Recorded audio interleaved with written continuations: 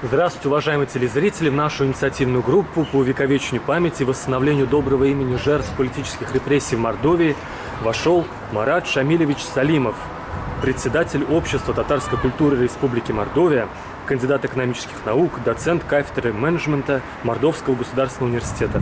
Марат Шамилевич, а расскажите, пожалуйста, как вы считаете, как нам, современникам, правильно относиться к периоду репрессий, которые были в нашей стране? Я думаю, что это у нас есть знаковые события, которые в истории нашей страны достаточно большое внимание уделяется сейчас. Прежде всего, это, конечно, Великая Отечественная война. И каждая семья в нашей стране связана с этой войной. И сейчас очень много делается для увековечивания памяти, для изучения истории. Очень крутой проект в интернете. Сейчас можно подвиг народа забить данные своих предков, своих дедушек, да, и найти и наградные листы, и их боевой путь и так далее. Но, на мой взгляд, на самом деле вот именно этот подвиг народа невозможно не связывать с теми репрессиями, которые были перед военным периодом. Почему? Потому что та цена, которую заплатил наш народ, она во многом обусловлена тем, что было вот в этот предвоенный период. Так, недавно в музее со студентами был, очень интересную историю наши поисковики рассказывали, но экскурсовод музея как раз был поисковик. Он такой факт, который я не знал, кстати, хотя я увлекаюсь историей, но этот факт не знал, что миллионы снарядов к началу войны, выпущенные в Советском Союзе, они по качеству были неприемлемого качества. Из-за чего? Из-за того, что как раз была война с вредителями, был завышенный план по поставке этих снарядов, и тех, кто профессионалы, они говорили, нельзя, там есть определенная технология. Если ускорить этот процесс, то сталь будет недостаточного качества, она будет слишком хрупкой. Но, значит, наши бдительные органы, значит, слишком ретивые, мягко сказать, люди, они сказали, это вредители, которые, значит, хотят навредить нашей родине. Их репрессировали и выпустили снарядов столько, сколько нужно было, еще перевыполнили план. Что в результате? В результате просто эти снаряды крошились о броню немецких танков. То есть, представляете себе, у вас есть один шанс победить, остановить врага. Вы тренируетесь, вы готовы, вы вступаете в дуэль с врагом. И ваш снаряд, попавший в цель, просто рассыпается о броню, потому что где-то там на сибирских где-то заводах, мягко говоря, бдительные граждане, значит, разоблачили так называемых врагов народа. Марат Шамильевич, и тоже вас поддержу. Еще какая вещь. Возможно, во-первых, конечно, брак халтура, то, что чем знаменит социализм. Но еще, может быть, они и фальсифицировали, что выпустили столько-то, на самом деле не выпустили. Но чтобы нас и руководящих, и исполнителей не репрессировали, давайте напишем, что мы выполнили план или перевыполнили план. А вторая еще, это спорная вещь. Я не уверен, что вроде бы такая информация, что войскам, которые находились в штабах, там, где они на западе страны, им не выдавали патроны до периода учения или что-то, потому что настолько боялись своих солдат, что они сами пойдут против власти. Поэтому патроны и войска находились в разных местах. Но это вот за что услышал, за что про это я тоже сомневаюсь, я таких фактов не знаю. Я знаю, что мне рассказывали люди, которые мне внушают доверие, да, и я с этим фактом вполне знаю ту историю, знаю ту обстановку, которая была в стране, это реально. Второй, это тоже абсолютно реальный факт. Это то, что очень многие командующие, руководители наши военные, которые должны были командовать в современной войне, а для этого нужна была высокая квалификация быть, потому что это уже взаимодействие войск разных родов и так далее, да, они просто этим не обладали, потому что очень много было репрессировано, и мы знаем, что люди боялись принимать решения. То есть война, по большому счету, это достаточно творческий процесс. Но люди, запуганные тем, что их любая ошибка будет расценена как вредительство, как предательство, и за это еще будут нести ответственность их семьи, они принимали самые простые решения, часто продиктованные сверху решения, не соотносясь с ситуацией, и за это гибли не сотни, не тысячи, миллионы людей просто зря погибали, потому что люди боялись принимать решения. И еще очень важный момент, что касается репрессий. Чем гордится наша страна? Да, вот про войну я уже сказал. Например, генерал-маршал Рокоссовский, да, который, вы знаете, маршал Победы, он командовал парадом Победы, да, самый талантливый наш военачальник. Он перед войной был репрессирован, он под следствием находился долгое время. И благодаря его стойкости духа он просто под пытками, он не оклеветал себя, не оклеветал еще других людей, его выпустили. Несмотря на пытки, избиения ежедневные. И это как бы наше счастье. Но сколько людей такого же уровня могло быть, которые просто не справились, не выдержали, погибли. А это все как раз миллионы наших с вами родственников ближайших, да, которые просто погибали, потому что люди, которыми ими руководили, они были не готовы к такому принятию решений, к такому уровню войны. Другой пример, тоже чем гордится наша страна, это, например, Сергей Павлович Королев, да, великий конструктор. Тоже, вы знаете, он тоже был репрессирован по доносу, тоже был под пытками. Более того, его изувечили там, и поэтому, когда его потом пришлось операцию ему делать, даже не смогли нормальную операцию сделать из-за того, что у него уже было, значит, там увечье. Обе челюсти сломаны. Да, обе челюсти сломаны. И опять же, и мы гордимся это. Действительно, это был момент, когда наша страна была впереди всех. Но сколько направлений, которые наша страна упустила навсегда. Тот же Зворыкин, изобретатель телевидения, который это Санкт-Петербургский университет, он университетский работник, у него был научный руководитель, который остался в стране, а он эмигрировал. И в результате он эти разработки внедрил и по праву является родоначальником мирового телевидения. Его учитель, который остался в нашей стране, он сгинул в лагерях, также по доносу, также был репрессирован.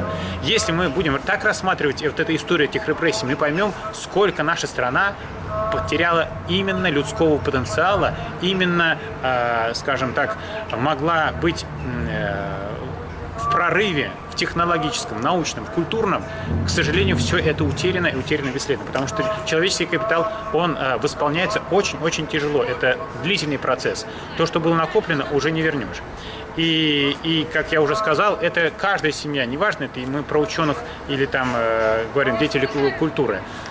Во время войны мы потеряли своих близких родственников, да, которые были просто крестьянами.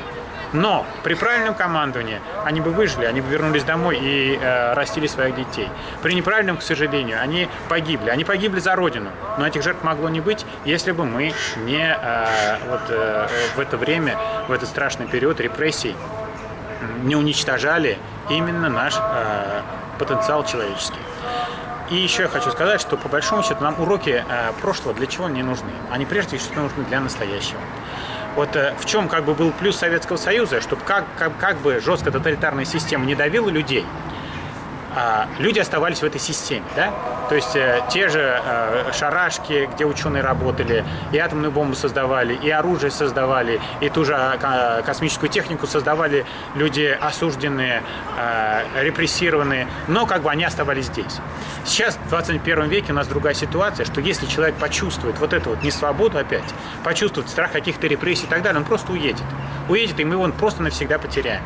И здесь как бы этим Россия отличается сейчас от ситуации, которая была в Советском Союзе. Поэтому если мы уроков этих не возьмем, то мы просто этих людей растеряем, они уедут, и они будут себя реализовывать где-то в другом месте. Что для нашей страны в условиях конкуренции, геополитической конкуренции, просто недопустимо.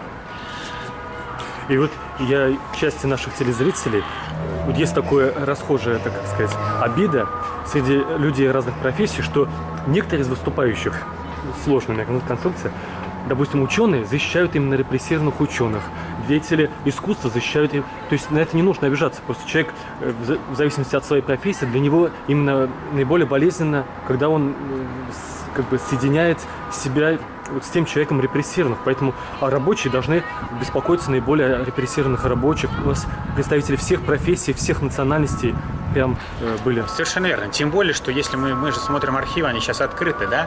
Когда и еще тут интересно. Не полностью, конечно. Да, не полностью хотелось открыты. Бы лучше. Хотелось бы лучше, действительно. И надо, на мой взгляд, эти архивы открыть прежде всего, чтобы каждый человек мог не просто узнать своего фамилию репрессированного своего предка, да, а видеть и дело, которое было.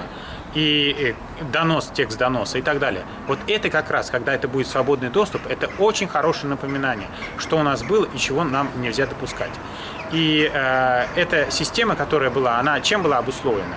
Она обусловлена тем была, что вот эта вот борьба с инакомыслием, борьба с людьми, которые чем-то выделяются, она была поставлена на такие промышленные уже рельсы, и люди старались уже выслужиться уже тем, что они как бы, уничтожают других людей. Мы с вами можем сейчас увидеть, да, когда разнарядки по союзным республикам давались, и с союзных республик еще писались письма, еще нам прибавьте. У нас еще больше врагов народа, мы еще больше выявили. Это следствие чего? Это следствие того, что очень большой репрессивный аппарат, которым надо чем-то заняться. И представьте себе, человек там борется с чем-то, да, и нет у него в регионе... Оправдать свою ставку, свою зарплату. Ему нужно оправдать это, да, это нормальное человеческое как бы состояние, что он должен оправдать свою зарплату, свое место, свои как бы, жизненные какие-то потребности. И представьте себе, что если работа его заключается вот в изобличении этой несуществующей угрозы, и к чему это ведет? И, кстати, в Советском Союзе несколько периодов было, да, вы знаете, что Ежов, который много лет руководил, НКВД, он был расстрелян как враг народа. Перед этим был расстрелян его предшественник Егода. После этого был расстрелян его последователь Берия. Представляете, то есть 15-20 лет эта сама советская власть как бы пришла к тому, что репрессивными органами руководили враги народа. Но они же руководили не в одиночку. Это был полностью аппарат, уже который был заточен вот на эти вот решения. И в данном случае я хочу сказать, что вот мировая цивилизация, она почему к судебной практике пришла, да? Когда есть обвинение, когда есть защита, когда нужно доказательство, когда состязательность в суде, она пришла именно потому, что это спасает людей от репрессивного механизма государства. Потому что он должен быть, разумеется, но он должен иметь какие-то ограничения. Вот эти ограничения, они были сняты в свое время, когда были внесудебные, можно было внесудебно просто человека осудить на очень длительные сроки. И она как раз и позволила вот этот маховик репрессий очень сильно завести, и потом его очень сложно было останавливать. Интересно вас слушать, даже не хотелось отвлекаться на придумывание вопроса, но вот как считаете, получается, вернемся назад, главный аргумент сегодня, мне кажется, у общества для того, чтобы находить больше плюсов в Сталине, чем минусов, это победа в Великой Отечественной войне. Но я считаю, что наш народ победил вопреки Сталину, вопреки его бездарному руководству. Вы с этим согласны или слишком радикально? Нет, я думаю, это слишком радикально, потому что я как управленец, да, я специалист по менеджменту. Я понимаю, что система, если есть, ее нельзя рассматривать просто отдельно. Просто народ так взял и победил, это невозможно. Сталин хотел выиграть войну, и он создал систему такую, которая эту войну выиграла. Другой вопрос, что эта система во многом была ущербна из-за того, какая цена этой победы была. Я думаю, это Сталин сам прекрасно понимал, потому что те жертвы, которые они были, представляете, ведь страна, начиная с коллективизации, она работала на войну. Крестьяне голодали, колхозники не доедали, заставляли голодать. Да, они не добровольно голодали. Мы знаем, что... Чтобы отнять у них все и накупить оружие. Купили заводы за рубежом, приезжали специалисты, построили действительно промышленность. Это все было. Но народ... Это можно было объяснить, это и колхознику можно было объяснить, что империалисты готовы на нас напасть, нам нужно оружие. Да, сейчас тяжело, мы там не доедаем, голодаем, но наша страна будет готова к войне. По большому счету, мы в 1941 году получили что немцы дошли практически до Москвы, до Сталинграда, чего не было вообще в истории России. Россия, какие бы войны, даже Первую мировую войну, Россия тяжелая была, она закончилась социальной катастрофой. Но таких поражений не было. То есть вот оценка Сталину как менеджеру. К Сталину как менеджеру, да. Но он нашел ресурсы для того. Вы знаете, что в этом и как бы политический гений большевиков, да, что они могли вести очень гибкую политику. Начиная с 1941 года, вы знаете, он изменил соотношение и к православной церкви, и к исламу. Были отпущены и дали работу многим ученым, которые стали работать в закрытых, как бы, тюремного типа заведениях, но работать на победу. Были отпущены многие из лагерей военачальники, которых ставили непосредственно на передовую, доверяли им, и потом они стали расти. То есть было понятно, что ситуация зашла не туда, и Сталин это пытался все потом, исправить и добился своего. Мы остановили очень мощную немецкую машину, которая была. Но как бы выводы, которые Сталин сделал, мы не можем как бы говорить. Советская система, она, я говорю, в том ее как бы была как бы живучесть, да, что, я уже повторяюсь, да, говорил о том, что руководители репрессивных органов сами были репрессированы, да, то есть этот процесс самоочистки, он периодически запускался. И по мнению многих, Сталин как раз был ближайшим окружением убит. И именно из-за того, что они боялись, что еще одна чистка будет начата Сталином, и как раз все они, ближний круг, это пострадают. Потому что эта система, она по-другому существовать не могла. Она должна была постоянно обновляться, и, со Сталином она и закончилась. После Сталина все эти репрессии пошли на убыль. Почему? Потому что люди постоянно в режиме страха, они находиться не могут. Ведь во время Сталина никто не мог быть в безопасности. Любой человек по доносу завистника, по тому, что он неосторожное слово сказал или сказал одно, а подумали другое и так далее, никто не мог быть в безопасности. И не могли быть в безопасности даже люди, которые стояли у руля нашей власти, страны. И вот это, когда уже Хрущев пришел, он это старался, конечно, не он один, да, а все это окружение, они старались это все смягчить, потому что, как бы в постоянном страхе жить никто не захочет. Ни простой человек, ни самый руководитель высшего уровня. А как вы себе объясняете, почему наше общество допустило вот такую огромную раковую опухоль, хорошо организованную индустрию по уничтожению части общества? Как мы это допустили? Я думаю, здесь этот маховик был еще раскручен со времен гражданской войны и террора. Красного, белого террора, когда по классовому признаку уничтожали людей. То есть представьте себе, человек ничего не делает вам и вашему, и государству, которое вы строите, плохого, но просто из-за того, дворянское у него происхождение, или он священнослужитель и так далее, он подлежит уничтожению. Вот этот маховик, он уже был закручен. После этого, когда люди оправдали вот такое уничтожение людей, дальше просто менялись категории. Кулаки – враги народа. Все. Весь идеологический аппарат работал на то, что все беды от них, и 10 миллионов, человек было уничтожено. Это соль земли, это люди, которые работают на земле, это хорошие хозяева и так далее, и так далее. После этого стали искать вредителей. После этого можно было и врачей, убийц искать, и безродных космополитов и так далее. То есть просто наклеивать ярлыки и уничтожать людей. Значит, у нас такое жестокое злое общество, раз в нем хорошо расцвело такое. Я думаю, здесь общество разные есть.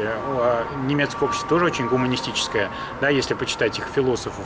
Но мы знаем, что нацизм тоже пришел. Хорошо скрывало общество в себе в такое зло. Да, нацизм пришел, и тоже эту охоту на ведьм, охота на ведьм была в другом демократическом обществе. Да, в Соединенных Штатах, вы знаете, они там коммунистов тоже искали. Всех коммунистов записали, кого только можно, устанавливали слежку за ними и так далее. Агентура действительно была очень сильной в Америке. Да, в том числе и среди... Но вот чем сильно гражданское общество, да, то есть в Америке раздувать вот этот опасность коммунизма, да, в начале 50-х, это действительно было, да, то есть Советский Союз, огромная сфера влияния, включая Восточную Европу, Китай стал коммунистическим, Юго-Восточная Азия, то есть было на чем как бы эти страхи, в обществе поддерживать, но там как раз гражданское общество, если вы помните, да, маккартизм кто остановил? Журналисты, потом политики, демократическое общество, да, сказали, нет, стоп, есть суды, есть доказательства, если нет доказательств, мы не имеем права осуждать людей и так далее. И все это в итоге остановилось, он, бедняжка, спился. Не бедняжка, так ему и надо. Но вот если этого механизма нет, если нет свободной прессы, нет состязательности в суде, нет прав у адвокатов, нет прав у обвиняемых, система перемалывает людей с пытками и так далее, то вот этот маховик, он и дальше будет раскручиваться. Почему? Потому что он запущен на самых низменных человеческих качествах. Это трусость, предательство, зависть, желание там владеть тем, чего нет у тебя, желание унизить, унижать другого человека. Вот этот маховик, конечно, этот маховик низменных страстей, если он запущен, если нет никакого тормоза для него, то он развивается, как раковая опухоль, совершенно верно. Марат Шамилевич, смотрите, у Адольфа Гитлера отец часто бил его, мальчика, маленького, и соседи наверняка знали, что отец бьет Адольфа, своего ребенка, но, видимо, не защищали. У Иосифа Сталина отец бил Иосифа.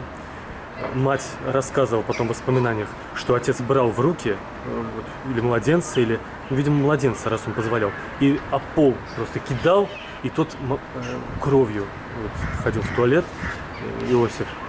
Мать потом била до того, как Иосиф не ушел в семинарию и не стал жить отдельно. И потом, уже в 30-х годах, он часто вспоминал, что когда он встретился с матерью, он спросил: «Мама, почему ты меня так часто била?» А она говорит: «Чтобы ты вот таким хорошим вырос, какой сейчас». И потом мы видим, как Сталин пишет вот в списках: того нужно бить, этого нещадно бить, во всех его выражениях, что нас, нашу страну били, то есть у него такое мировоззрение: или нас бьют, или мы будем бить, чтобы человек был хорошим, его нужно как можно чаще бить. Нет, ну я вот что хочу сказать. Соседи Иосифа Джугашвили ведь наверняка знали, что регулярно родители бьют маленького мальчика, что его даже покалечили, у него и с рукой, и с ногой даже проблемы. Почему вот наше общество, оно спокойно относится, что избивают детей, и потом, естественно, эти дети, почему они ненавидят весь мир, который вокруг них? Это как бы проблема уже, скорее, педагогического, да, плана, и все-таки мы давайте придем к тому, что это еще был 19 век, общество такое патриархальное было, что там и в гимназиях розгами наказывали, и не только там простых людей, да, а там и мещан, насчет дворян не знаю, но возможно тоже, да, надо уточнить, там в Царско-сельском лицее там были какие-то наказания, нет. Но смысл в том, что действительно это насилие, человек, когда сталкивается с насилием, да, он становится потом носителем вот этой парадигмы насильственной. Но ведь у Сталина была школа не только с детства, да. Я думаю, в 19 веке многие семьи там позволяли себе там телесные наказания. Да и сейчас много в России. Да, и сейчас это есть. Другое дело, что Сталин ведь столкнулся, он был профессиональным революционером в каком плане, да? То есть они грабили банки. Организовывали убийства чиновников, полицейских. Были на нелегальном положении. Они были в ссылках, они знали, что такое тюрьмы, пересыльные и так далее. И хотя, как знают очевидцы, да, которые были и в тех тюрьмах, потом в советских тюрьмах, что тюрьма Российской империи – это просто курорт по сравнению с тем, что там было в ГУЛАГе, но все равно это, разумеется, была система, основанная на насилии. И Сталин, и все остальные, они же видели тоже, что жизнь в Российской империи, она далека, мягко говоря, от идеала. И крестьяне голодали и при колхозах, но они голодали и до революции, и это было систематически. То есть система российской экономики, она тоже подразумевала, Российской империи я имею в виду, то, что периодически бывает голод. И основная часть земли, как вы знаете, была у помещиков, которые вели образ жизни такой. Они, когда были балы в Петербурге, были в Петербурге, потом уезжали в Париж, Монте-Карло. А то, что там голод или не голод, это их мало касалось. Там из-за урожая было, а здесь искусственно отбирали, чтобы... Я с этим согласен, я не спорю. Но крестьяну от этого не легче, да? Что да. Он-то все равно, получается, почему... масштабы, конечно, меньше, Маршал. В итоге, почему крестьяне... Я спрашивал, у меня бабушка, прабабушка моя, ровесница века, была 902 года рождения.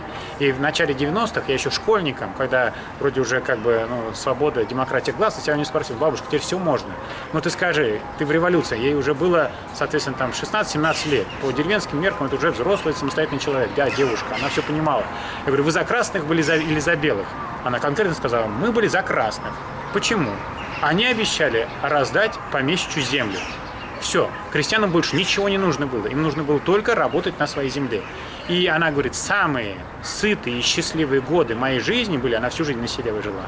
Это как землю дали, и с 22 года до, как в 29 году организовали колхоз.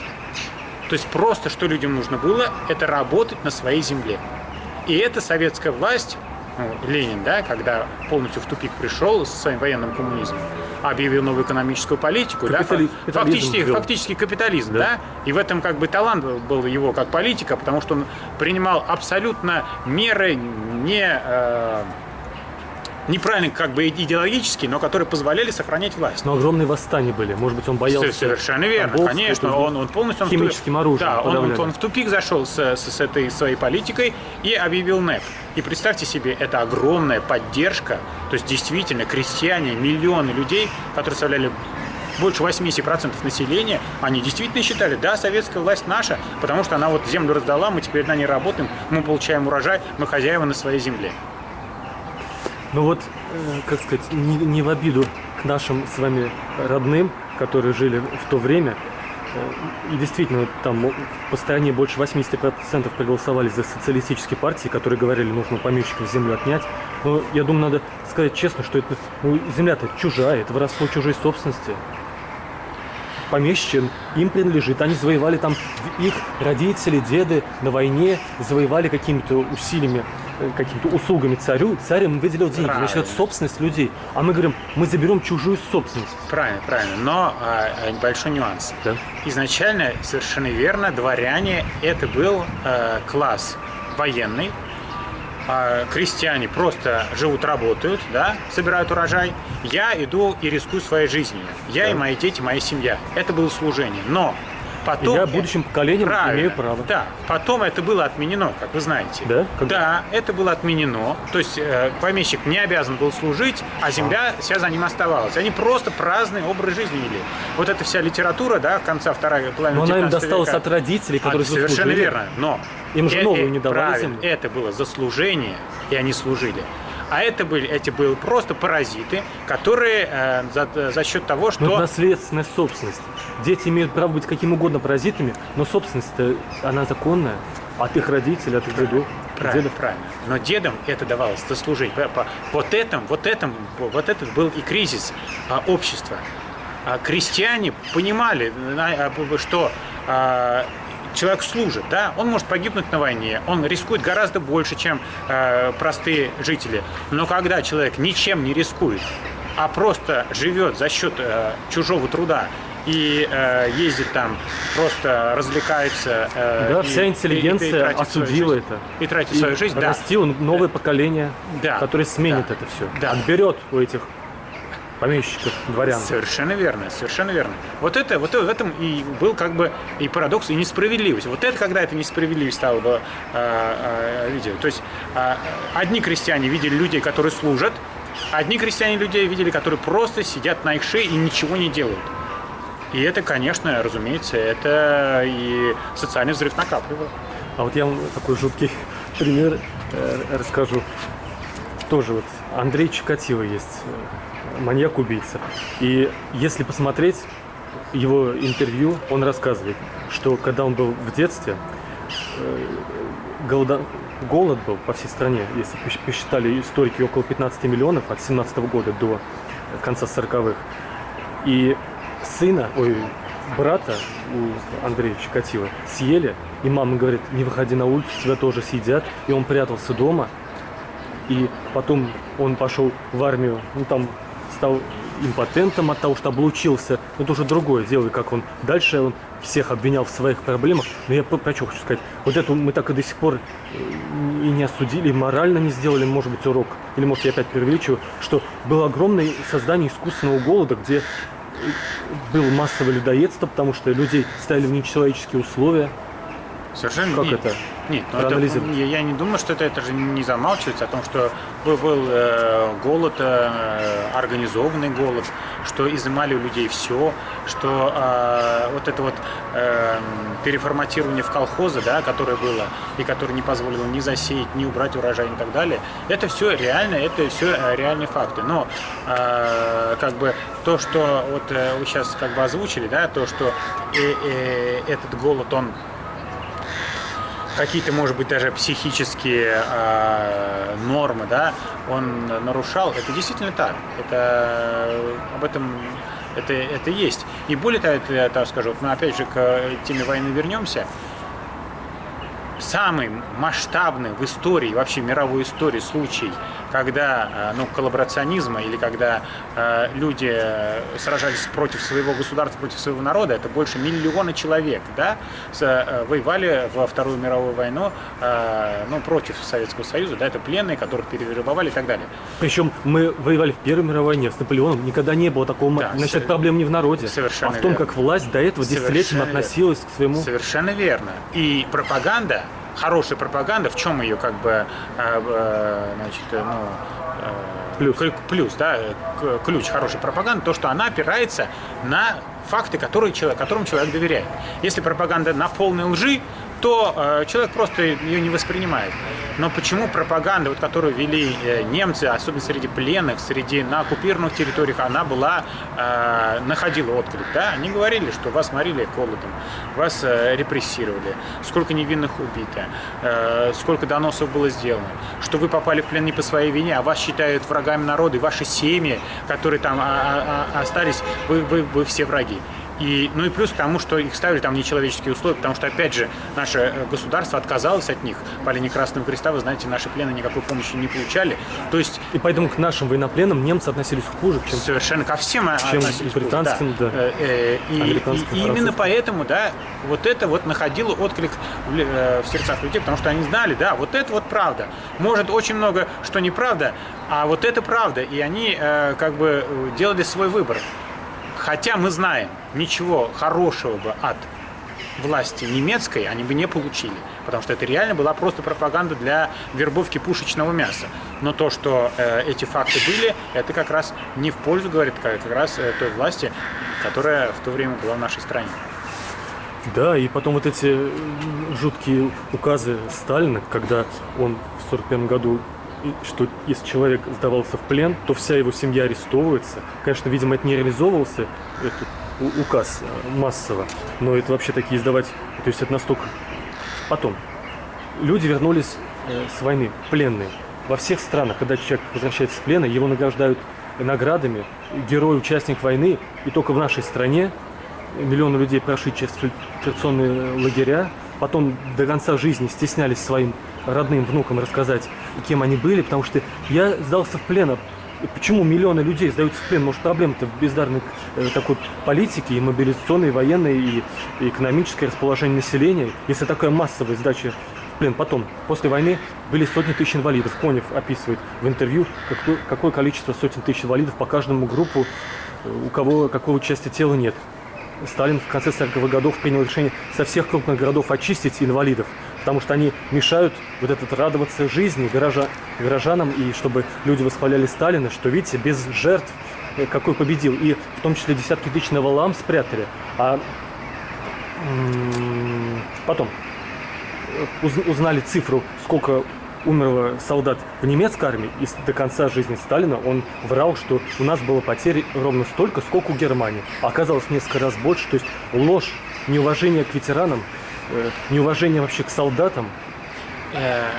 Здесь я хочу сказать, не в оправдании Сталина, да, понимаете, а по его психологии. Понимаете, человек, он готовил нашу страну к следующей войне. Против Америки. Против Америки. А для того, чтобы у людей был воинский дух, конечно, если ты каждый день будешь встречать на улице инвалидов, какой молодой человек будет, фильмами о войне соблазняться, где все красиво, где все классно и так далее. Он будет видеть этого инвалида, который, бедняжка, на этих самодельных досках ходит, побирается и так далее. Ему нужен был воинственный дух молодежи. Должно было героическое кино, должны были все вот эти факты о том, как мы воевали, они замалчивались или вообще перевирались, да, потому что он готовил страну, опять же, к новой войне. С этой точки зрения его действия оправданы абсолютно. С точки зрения человеческой, разумеется, нет. Потому что если мы поставим себя на место этого самого даже инвалида, да, или это, то есть как человек, который потерял себя фактически, да, часть себя отдал, да, он становится вообще ненужным в стране, потому что даже его вид оказывается... Стыдятся его. Да, его стыдятся. И таких много, разумеется, или попавшие в плен, это то же самое, да. Мы знаем вот историю, опять же, наш земляк и герой, сейчас фильм о нем снимут, да, Девитаев, который попал в плен, сбежал из плена героически, реально героически, и не только сам, а еще и людей там на самолете, значит, то есть с ним вместе был, захватили самолет, прилетели к своим. Он сколько лет также был в лагерях. Потому что должен был застрелиться, как Сталин считал, да. Чтобы миллионы людей застрелились. Да, и только потом, это тоже чудо для него, да, что он вот так вот и выжил, и дальше жил, и получила огласку его история, и с другой стороны на нее посмотрели. Но эти сотни тысяч людей, они этого не получили. Они также или в безвестности умерли, или там где-то похоронены, или, как вы правильно сказали, даже семьям своим не могли сказать о том, что, значит, с ними, значит, получилось. Хотя в 90% случаев это не вина вообще людей. Это вина конкретно командование, потому что это когда сотни тысяч людей оказываются в плену, просто так человек, ни один человек не захочет просто так сдаться в плен. Потому что это как минимум неопределенность, это как минимум ты в чужие руки, ты с оружием в руках, ты готов сражаться. Но если у тебя нет патронов, нет еды, нет возможности что-то делать, у тебя только один шанс действительно это выжить. Выжить ради будущих поколений, да, это сдаться в плен. Но этого не должны допускать. Прежде всего, конечно, это руководство, те, кто командует, отдает приказы. И во всех странах мира, вот кто воевал, да, ну, кроме японцев, наверное, потому что они там тоже должны были жизнь самоубийством обязательно заканчивать, а все остальные страны, ты сражаешься до последнего патрона. Если тебе нечем сражаться, то нет у тебя никакого, как бы, смысла в том, что ты умрешь. Потому что война кончится в любом случае. И ты придешь домой, и ты будешь пользу своей стране приносить также. Ты будешь работать, строить, ты будешь воспитывать детей и так далее. Ты что мог, ты сделал. Поэтому вот эти вот, значит, такие жуткие, значит, приказы, они для военного сословия возможны. Это как бы дискуссионно, потому что мы как бы кормим, ну, условно говоря, кормим, да, обеспечиваем военных всю жизнь до войны, да? И его, как бы, честь может быть задета, да, когда он там в плен сдается. Но миллионы людей, которые просто от башни, от станка вышли, и ему дали оружие, ему сказали выполнять приказы. Но если эти приказы привели к тому, что у него ничего не осталось, ну, какое мы право имеем его заставлять кончать жизнь самоубийством? У меня прадед по отцовской линии был раскулачен, всю его семью скорее собирай манатки, уезжай. И он на одну телегу сели и уехали. По материнской линии сестра прадеда защищала в Атяшеве церковь и была, видимо, одной из наиболее, как сказать, активных высказываний взглядов, что это неправильно.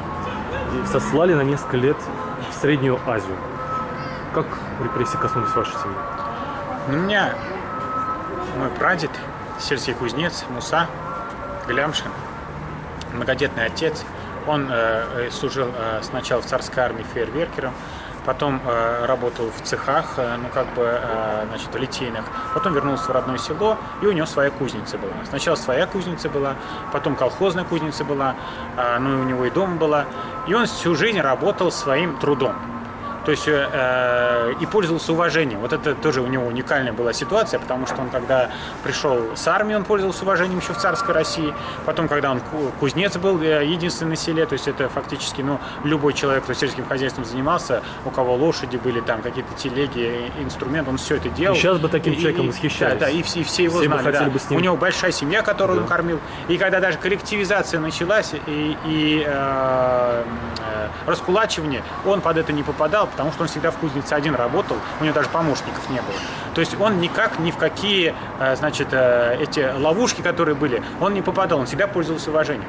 И только во время начала войны, он уже был почтенного возраста, в 1941 году на него написали донос, что якобы он там повредил какую-то сеялку, чтобы сорвать, значит, сбор урожая, чтобы навредить, значит,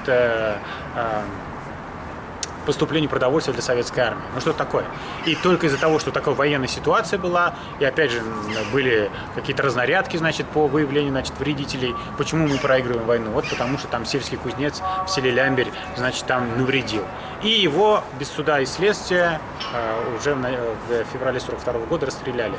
Ни документов, ничего у нас не было, семья ничего не знала. Семья даже продолжала передачки носить, пока их там не отправили, сказали, что забудьте про своего там отца, там его дочери носили, значит, передачки. Сын, кстати, в Красной армии сражался, и ветераном был, и так далее, а семья получила вот это клеймо врага народа. Да, эти кулаки, так называемые враги, они воевали, умирали за родину.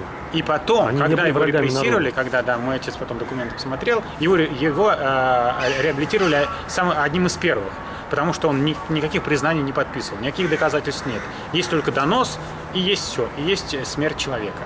Вот это вот, когда полностью попираются все правовые нормы, а судьба человека ничего не стоит, вот это вот очень как бы, ну, заставляет как бы задуматься о том, что представляет наша история и что нужно делать, чтобы этого не повторялось. Конечно же, это клеймо, представьте себе, как на семье, когда вся семья знали этого человека всю жизнь, уважали его, любили, никто от него не отрекался. И как они могли признать, что этот человек враг народа, а отношение к ним, соответственно, сельчан должно было быть соответствующим. Но этого тоже, слава богу, не произошло.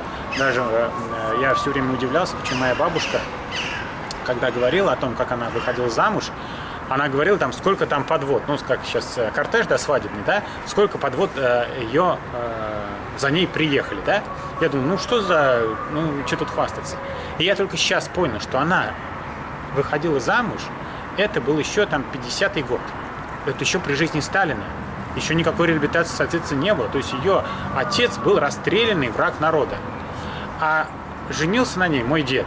Это был ветеран войны, герой войны, который пришел и взял в жены, да, посватался к дочери врага народа. И то, что все село приехало, и вот эти вот подводы, которые за ней приехали, это был как бы для нее символ того, что, ну, как бы никто не верит в то, что ее действительно отец враг. То есть она не изгой, ее семья не изгой. Они достойные люди, и история это покажет. Осталось совсем мало времени. Теперь я прошу вас прокомментировать или поддержать, или скорректировать пожелания нашей инициативной группы, которые мы обращаем к региональной и городской властям. Все они реализованы в десятках районов страны. Мы хотим просто брать пример с тех обществ. И вот, например, как вы считаете, места массовых захоронений в Мордовии только 2 нашли случайно, благодаря инициативе поисковиков-историков. Как вы относитесь к тому, чтобы все до одного вот массовые захоронения репрессированных открыть эту главную тайну советского государства, по крайней мере в Мордовии? Нет, это нужно делать однозначно. Я считаю, что нужно открыть все архивы с делами, с доносами, кто где как содержался и так далее. Потому что это все можно оцифровать и сделать. Это наша история, которую вообще не нужно прятать. Потому что, во-первых, это срок давности уже очень большой, поэтому те, кто там были непосредственно задействованы, люди давно уже умерли, как бы это никого не коснется, но это наша история, мы должны это пережить и рефлексировать по этому поводу, думать о причинах, почему так получилось, как сделать, чтобы этого не повторилось. Во-вторых, конечно же, все места захоронений должны быть открыты, чтобы потомки могли приехать навестить место, где их лежат родственники. Мы посещаем могилы, регулярно посещаем могилы наших родственников, которые мы знаем, где лежат. Но вот эти люди просто не знали, где они лежат, и сейчас мы можем хотя бы в принципе, потому что это все равно неопознанные тела, в принципе прийти и вспомнить о них. И, конечно же, я считаю, что необходимо здесь и памятник в центре города. У нас есть памятник воинам, погибшим в Великой Отечественной войне. У нас есть памятник воинам, которые погибли в Первую мировую войну. Памятник воинам-интернационалистам. Разумеется, у нас должен быть памятник репрессированным людям, потому что это действительно мученики. Прервите, пожалуйста. Да. А вот здесь на месте, рядом с дворцом бракосочетания Россельхозбанком стояла гостиница «Центральная», а на месте ее до 20-х годов 1 век стояла Владимирская церковь, построенная в 1817 году в память о погибших в войне с Наполеоном. То есть это такой угол. И вот у меня 2 предложения у тех, кто, допустим, Владимир Кузьмич Абрамов предлагает вот это место. Тоже очень хорошее, сзади памятника героям Первой мировой войны. Как раз там такой квадрат, очень хороший как раз преемственность и часовня Александра Невского. И этот квадрат. Мне кажется, еще есть вариант, где стоял памятник Сталину. Это сзади памятника Ленину. Тоже можно как цена того вот их политики. Но не обязательно. У вас какая точка зрения? Да, я думаю, это с точки зрения того, чтобы это был памятник, он виден, да, вот памятник там, где Ленину, все-таки он несколько там за Лениным он уже будет смотреться, да, а вот здесь это действительно такая хорошая зона, где вот мы сейчас стоим говорим, это место видное, здесь люди ходят, видят, гуляют.